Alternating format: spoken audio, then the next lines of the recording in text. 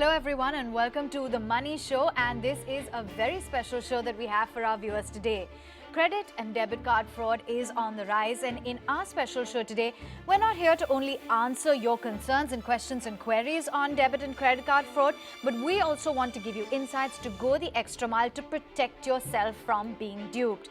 Joining us on the show today, we have very special guests. We have Ritesh Bhatia, he's a cybersecurity expert joining in right now, as well as Roongta, personal finance expert. So we'll cover both of the spheres, talking about the statistics in India and the technicals and how you can go ahead and protect yourself in terms of your liabilities.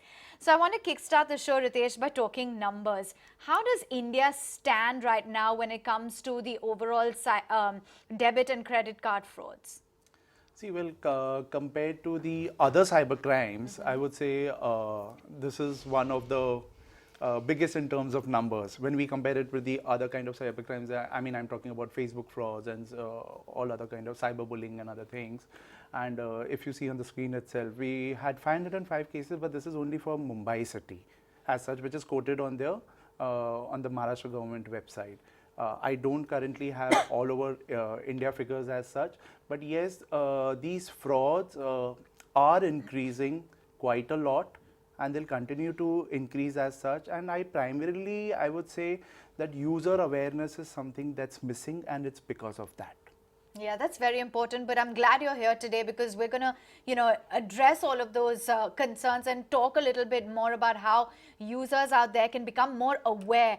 And Harsh, here's where I'd like you to come in, just talk about a regular scenario when you're online, perhaps shopping or undertaking some banking transactions, and you get an SMS or you get an alert late in the night saying that you spent money worth XXX. Everyone breaks into a sweat. So what exactly should one do at this point?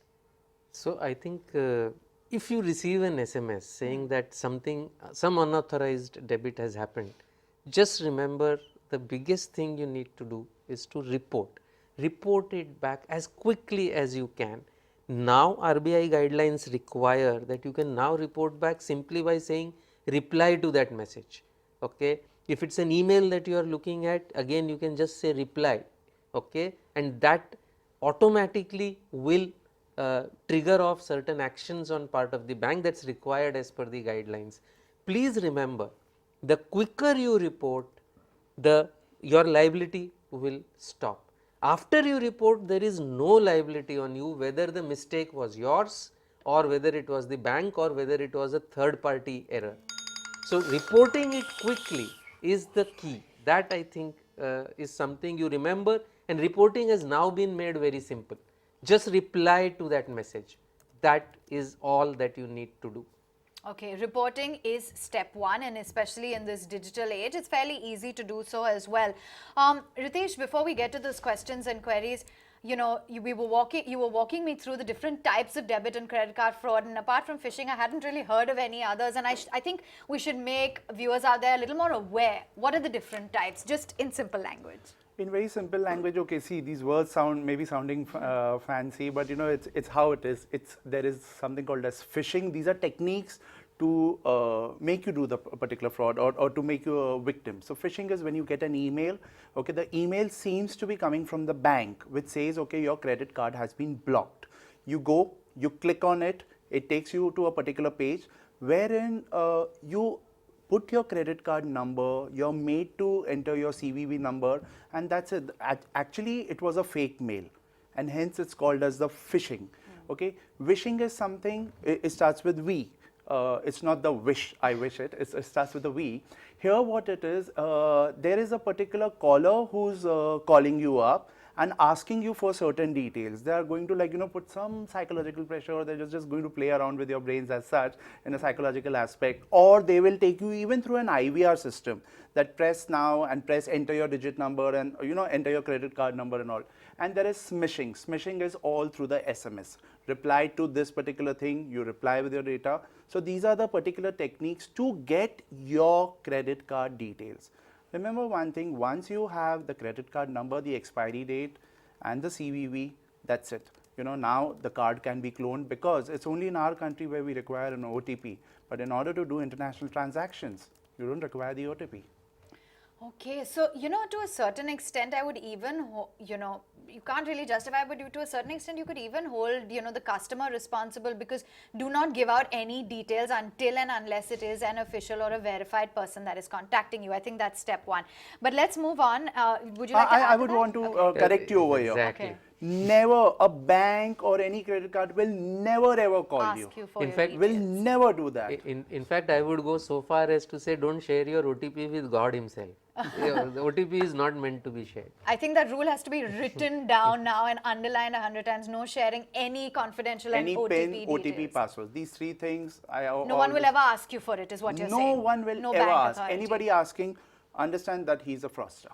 That's the first step. I'm so glad we cleared the air. Now, we've got some queries for you guys. First up on Twitter, Rahul Srinath says, some banks do not allow restricting of cards for a domestic transaction, and some don't allow control for the credit card limit when it's internet banking.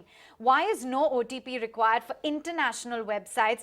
Don't we run a risk of fraud in this way? And that's the exact same thing that I thought, really, And Harsh, I just want to understand your views on this. When it comes to international purchases or websites, there's no OTP required. What's the rationale there? See, the rationale is that the the international exchanges are not run as per RBI diktats. So what RBI has done, we have a No, but is that increasing the so the what chance? RBI has done basically is that every bank has to allow you the ability to switch on and switch off your international usage. So if you please keep your international usage switched off, only when you want to use it, switch it on. All banks have to allow it by way of an OTP. Switch it on, use it, switch it off. Don't use that, don't keep it open. I think that is the best way to protect yourself, because what that does is that it is open only for a limited period of time. You are exposed for a limited period of time, and then again it is switched off. So I think that is the best way to guard against international exploitation, and the fact that internationally an OTP is not required. Unfortunately, India cannot force other countries to accept second factor authentication. What it can do is it can make your cards ineligible to be used in international exchanges. Ritesh, what is the advice that you would have, or any analysis on this? See, the thing is, it's best then in that case to keep 2 credit cards. Anyway, like I do the same. For my Indian transactions, I have a particular card which has got a limit, and I always keep limits wherein I have that risk appetite to lose it, to risk it as such, in case if it's my fault or a fraud happens as such.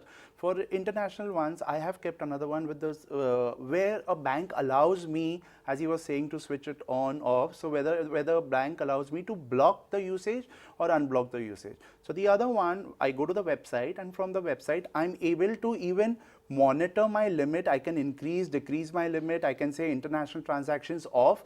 I do that. If my earlier card fellow is not allowing it. Anyway, you're getting too many offers for free credit cards, so might as well make the most out of it. Okay. You reduce your liability also, you reduce your risk, you divide your risk on the 2 cards as such. Okay, Harsh, go ahead. I think it's compulsory now. Every bank has to allow you to switch on or switch off your international usage. Some banks may not have it very conveniently done. I think that's the only difference. I think by regulation, every bank has to allow switching on and switching off of international usage. Okay, Rahul, I hope you've taken note of that advice, and that's the reason, really, the laws over here and the way the RBI functions is fairly different. Ram Iyer has sent us an email query. Let's address that, and this is one that I'm sure a lot of people will connect to.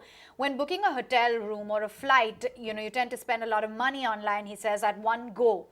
What are the precautions that one needs to take via booking a credit via your credit card? And Ritesh, here I'm going to add, my parents are of the old age and they say, no, we don't even want to risk doing it because it's too much money. What if? So let's just not.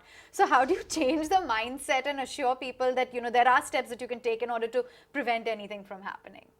See, you know what, when it comes to prevention, it all depends upon the machine that you are also using. Okay. Now, if your machine itself is vulnerable, or it's already having certain kinds of malwares. Now, malwares are nothing but malicious softwares and virus, trojans, spywares, if they're already over there. If you have not taken, I mean, you know, your machine doesn't has basic antivirus and it doesn't has the hygiene also. So using a, you know, you're having a lot of chance of a spyware or a trojan being on your machine, and which actually spies on all your transactions as such, including username, passwords, or any financial transactions. But from a hotel booking point of view or a flight booking point of view, in fact, buying anything or whichever things requires a login and a password, it's compulsory that people see there is an HTTPS. The S stands for the security, and there is a green padlock icon. If you don't see that, then you are just risking by giving your credit card details over there. So you got to look at HTTPS. It's very important.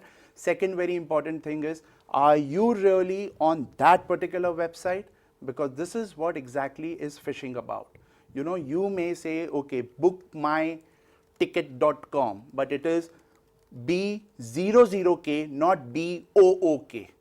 So you got to be very careful where you are. Okay, so first identifying your website is very important, and the HTTPS. Harsh, what exactly does one, you know, how do you change the mindset of people like my parents? So I think again it's see, in many ways, please remember today, probably because of the guidelines that RBI has come out with, I think online is safer than offline. Please remember, you carry the risk when you're carrying cash in your wallet. We tend to forget. It is just that we're so comfortable carrying cash in our wallet that we've forgotten that it comes with risks. So whenever you have money, it does come with risks.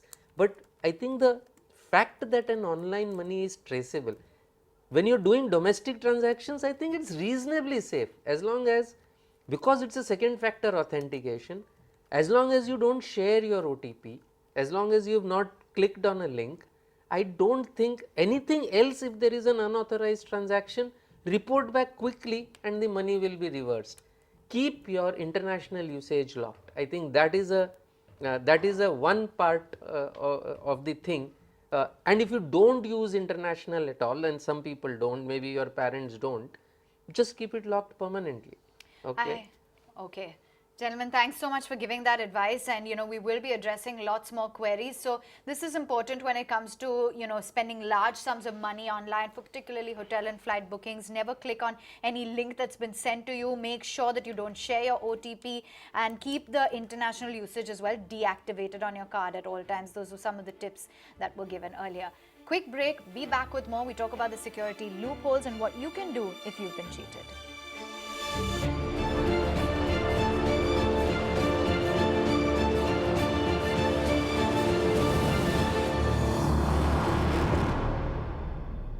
Welcome back to The Money Show. We're in conversation with Ritesh Bhatia. He's a cybersecurity expert, as well as Harsh Roongta, personal finance expert. And we are telling you how you can prevent yourself from debit and credit card frauds and what to do if you're cheated. And, you know, Harsh, just the point that we were chatting about a short while ago, as you said, that the whole risk is associated whenever one thinks of booking online, be it an air ticket or even shopping online. I know of people who still are so averse to it. And that's a mindset that needs to be changed, right? Oh, absolutely. I think after a long struggle, I should say, where lots of organizations have worked very hard, after RBI has issued the guidelines for unauthorized electronic transactions, whether internet, card present, or any other kind of or wallets, etc. With these guidelines now, I think online is way safer than cash. As I said earlier, whenever you have money, there is risk, right?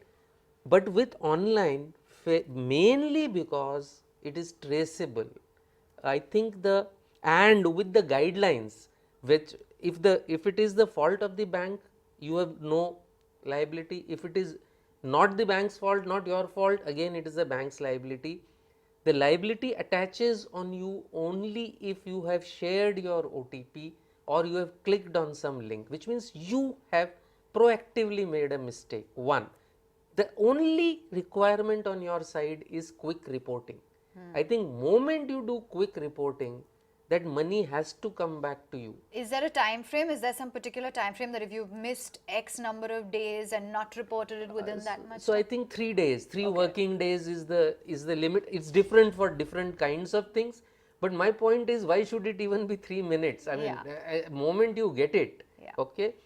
An important thing is, please remember that security comes from the fact that your phone is linked. Don't let the phone out of your sight. Even if the card goes out of your sight, it is okay. Please don't let the phone get out of your sight, because that is the way a fraud could possibly happen. It's our 11th finger now. I don't think it gets out of anyone's sight. But, what about this? Because I know that everyone's email, etc., would have a lot of the details about their credit card, say they get statements, etc. Is there something, Ritesh, that you would like to advise when it comes to having a lot of your personal financial data online, your share statements or your credit card statements, etc.? See, it's again all about the security and the personal hygiene of your machines as such. So anything that we, like you and me today, can do to just be more secure? Yeah, okay. So 2 things. Number 1, a solid antivirus, which protects your machines like anything. It stands. That's a golden rule. Yeah. That's a golden rule. That's a thumb rule. You cannot go above that. Second is very strong passwords, and they have to be different passwords for different websites. What we generally do, we have one password for Gmail. No, it's easy. I'll tell you. I'm so glad you're saying this. Yeah, this happens. Yeah. So, and I'll tell you honestly, it's easy. If you see, it's easy. But how do you remember them? That's what I'm saying. So I'll give you an example. Yeah. Okay. So let's say if your name is Pooja Shah. Okay. I make it P00. So that's Poo. Okay. Ja is go. Okay. So I make it go. Wow. Okay. And Shah, if I just scramble it up, okay, it becomes hash. So I use the hash symbol. In front of it, let's say I put PB. So that's my personal banking password. Okay. Hash EM, that's my email password. Hash to be so creative. FB. Got to be creative. Okay. Like, take a breaking news and just abbreviate it. RBI to demonetize 2,000 rupees notes. Okay. So you have RBI 2, numeric 2, DM 2K. Wow. Or anything like that, or take Twinkle Twinkle Little Star, How I Wonder What You Are, and just say TTL asterisk 1 HHUR. Things so like that. different characters is also very important. Yes, in your passwords. Because what, we as individuals, see, we are not working in a particular corporate where our our data is on a central server and the company is taking care of it. No, we are putting it on Google Drive, we are taking backup somewhere else. So what if that gets hacked? Then you lose on your sensitive personal information. Okay, got that. It's so important to take some of these steps. I think I'm going to wrap up the show and go and change my passwords ASAP. Jimmy Master, well, he sent us a query on Facebook, and this is important. He said, I once read about someone getting a debit card details from a customer at an ATM. I regularly withdraw money at an ATM. How can I prevent fraud? What all should I be aware of? And I can't help but resonate the same question. What would you like to add on this, Harsh? Well, I think that's a question that Ritesh probably would answer much better. So then should we start off with Ritesh, your advice? So as far as the ATMs are concerned, we all think, okay, ATMs are absolutely, there's a security guard outside and it's because it's put up by the banks, it's absolutely safe. But this is the starting point of frauds as far as the credit card, debit cards, ATM cards is concerned. Okay, we are forgetting that the fraudsters are 10 steps ahead of us. So a little bit of security awareness is what you need to do. So what are these steps? 1, when you go inside, we always like keep the card in our hand. Don't do that. When you get inside, remove the card, put it in, and when you're putting in the pins, okay, cover it with your hand. It's very important that nobody sees that. One person at one point of time inside in the single, the standalone ATMs, and I always prefer to go to an ATM which is attached to the bank, so that in case of any misuse or anything, the bank is over there only, not to go to, because standalone ATMs, anybody can go and they miss. So what they do is also they put a protruding thing called as skimmers. So if you can show that, it would be nice, like what a skimmer looks like. So anything that's protruding, it's actually a magnetic thing that just gets stuck over there. Try to move it. If you feel that it's moving and all, report it and don't use that bank. Don't use that particular ATM as such. Card swapping is becoming a very popular technique with the cyber criminals. What they are doing is, the moment you're coming out, or they come inside with a context to help you. and what they say, okay, let me just help you put the card. They already have another card with them over here, okay? This guy puts the card and he says, okay, now let me help you. Now this is for some people who are using it for the first time or who are just trying to say there is some issue and all that, and they swap the card. So it's very important that you make some markings on the card. So even if your card falls down, he'll try to hit you so that the card falls down. He will take that card and give it to you, the other one. So have some markings, so the moment you pick it up, you say, yes, it's my card. And as for pins, I told you, there are many times people have placed cameras over there which captures your pin. So cover while you're entering your pin. That's far as like the ATMs are concerned. Okay, so many rules and regulations. There are which you much really need more, to honestly, observe. if I have to tell you. Yeah. There are frauds which I've taken care because of matchsticks. Like, let me tell you about one case wherein the person has entered, he's put the debit card, nothing, there is nobody around. He presses the, he keys in the pin, the 4-digit, he presses the enter button, but the money doesn't come out. This guy is wondering what is happening. From outside, there's a psychological pressure. Please come out. My mother is not feeling well.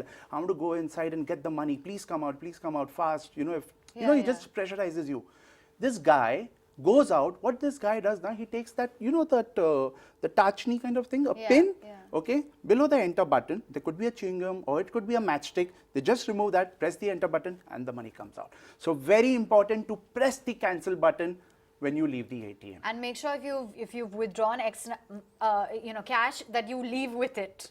That you leave with it, With and it, in case or if you that press cash cancel. is not coming, make sure to enter the cancel button. Okay, I have a personal query on my own. You know, we go around from place to place. What if I just misplace my credit card? What should be or debit card? First thing that you should do. Block it by calling. See, the credit card numbers, the customer care number. Save that on your phone. Save that on your phone. Immediately call them. If you have an app, you can block it through the app. Oh. Hot listing, that's called as a card hot listing. You got to hot list or block, in simpler terms, immediately. Okay. Harsh, I wanted to get in your expert perspective as well. Any do's or don'ts when it comes to ATMs? See, again, I think the same things that he mentions. Right, Just like we have learned how to be careful with our cash. We've learned it over, I think, decades now. So this is new. I think this is now probably much safer with the KYC is also becoming stronger. I think the only point is you just got to use common sense. Don't allow anybody to help you at the ATM. Okay, cover the card, as he says. Make sure that you cancel the transaction in case the transaction doesn't happen. Even if something happens, most important, as I said, I keep coming back to that, report. Suppose all that happened, you forgot to cancel, you came out.